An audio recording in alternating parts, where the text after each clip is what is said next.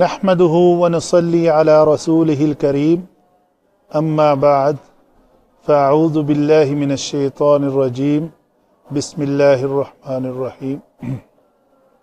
آج ہم بات کریں گے قرآن پاک میں استعمال ہونے والے کلمہ لما کے بارے میں۔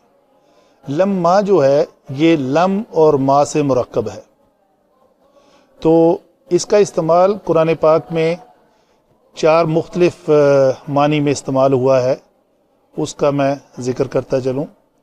پہلی مثال سورۃ الحجرات سے ہے، اس میں اللہ تعالیٰ فرما رہا ہے قالت الاعراب آمنا قل لم تؤمنوا ولكن قولوا اسلمنا ولما يدخل الايمان في قلوبكم۔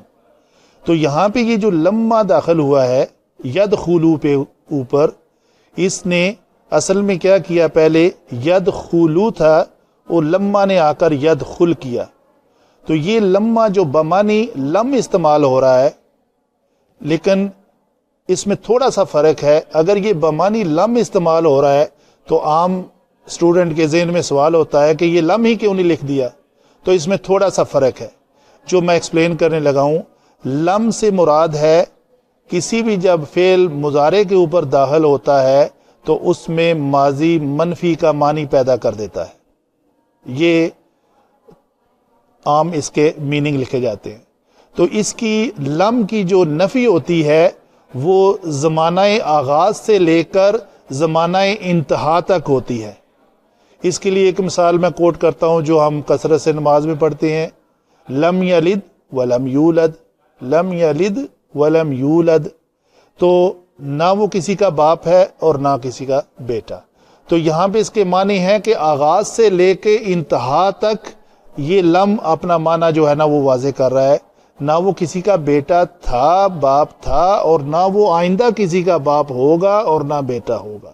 لیکن اس آیت مبارکہ میں لما کا معنی زمانہ ابتدا سے لے کر متکلم کے بات کرنے تک کی جو ہے وہ نفی ہو رہی ہے۔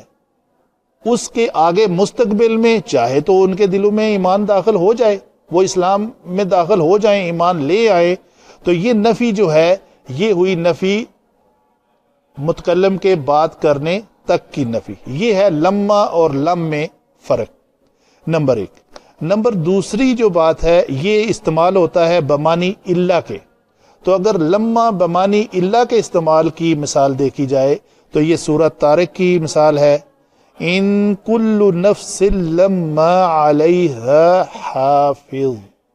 تو یہ کیا ہے جی؟ کلیہ ہے کہ جب بھی اللہ سے پہلے ان، حل اور ما آ جائے تو وہ ہمیشہ نفی کا معنی دیتے ہیں۔ تو یہاں پہ ان جو ہے یہ نافیہ ہے، کیوں کہ لما جو ہے یہ بمانی اللہ استعمال ہوا ہے۔ کیسے؟ کوئی جان ایسی نہیں کہ جس کے اوپر کوئی نگہبان نہ ہو، ان کل نفس، نہیں ہے کوئی نفس بھی لما علیہا حافظ مگر اس کے اوپر نگہبان مقرر ہے، یعنی ہر نفس کے اوپر ایک نگہبان مقرر ہے۔ تو یہ ہوئی بات لما کا بمانی اللہ ہونے کی مثال۔ تیسرا معنی اس کا لما بمانی حین مع شرط کے آتا ہے۔ تو حین کا معنی ہوتا ہے کسی، یہ جب کے معنی میں آتا ہے، کسی وقت معینہ کا ذکر کر کے کسی شرط کے ساتھ تو بات کی جا رہی ہے۔ مثلا سورہ بقرہ کی آیت ہے فَلَمَّا أَضَاءَتْ مَا حَوْلَهُ ذَهَبَ اللَّهُ بِنُورِهِمْ۔ تو شرط کیا لگی ہے؟ اضاءت ما حَوْلَهُ، تو روشن کر دیا آگ نے جو ان کے گرد و نواح میں تھا۔ تو جب کا معنی آئے گا فلما میں کہ جب روشن کر دیتی آگ، آگ نے روشن کر دیا تو جواب میں کیا ہوا؟ ذہب اللہ بنورہم، تو اللہ تعالیٰ لے گیا ان کا نور۔ تو یہ ہے بمانی شرط، تو یہ ایک شرط لگی ہے۔ اچھا، دوسرا اس کے بین ہی ملتا جلتا معنی جو ہے لما کا آتا ہے بمانی ہی نہیں ہے لیکن بدون شرط یا شرط مقدرہ۔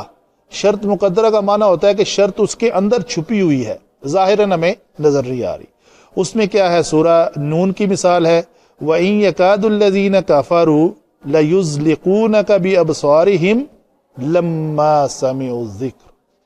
تو ترجمہ اس کا یہ ہے، جب یہ کافر لوگ کلام نصیحت یعنی قرآن کو سنتے ہیں تو تمہیں ایسی نظروں سے، یعنی آپ صلی اللہ علیہ وسلم کے بارے میں دیکھتے ہیں کہ گویا آپ کے قدم اکھاڑ دیں گے۔ تو اس میں بدون شرط جو علماء لکھتے ہیں وہ معنی اس طرح واضح ہو رہا ہے کہ جس طرح پہلے آگ روشن کرنے کی جو شرط لگی تھی، تو جب روشن ہوتا ہے تو ذہب اللہ بنورہم ہوتا ہے۔ اور بھی کئی ایک مثالیں ہیں، فلما انبأہم باسمائہم، جب آدم علیہ السلام نے نام بتا دیے تو پھر کیا ہوا؟ اللہ تعالیٰ نے فرمایا قال اعلی ما قلت۔ تو اسی طرح یہاں پہ یہ شرط جو ہے، جب وہ سنتے ہیں نصیحت تو ایسا سوچتے ہیں، تو جب نہیں سنتے تو نہیں سوچتے، نہیں، ایسا نہیں ہے یہاں پہ۔ جب انہوں نے ایک بار کلام نصیحت سن لیا تو دوبارہ وہ سنتے ہیں یا نہیں سنتے، ان کی دماغ کی سوچ جو ہے وہ بدلتی نہیں ہے، وہ اسی سوچ کے اوپر ہی عمل پیرا ہی رہتے ہیں۔ اس معنی میں آ کے کہتے ہیں کہ یہ اس کی شرط یا تو یہ بدون شرط ہے یا اس میں شرط مقدرہ ہے۔ جزاکم اللہ خیر واحسن۔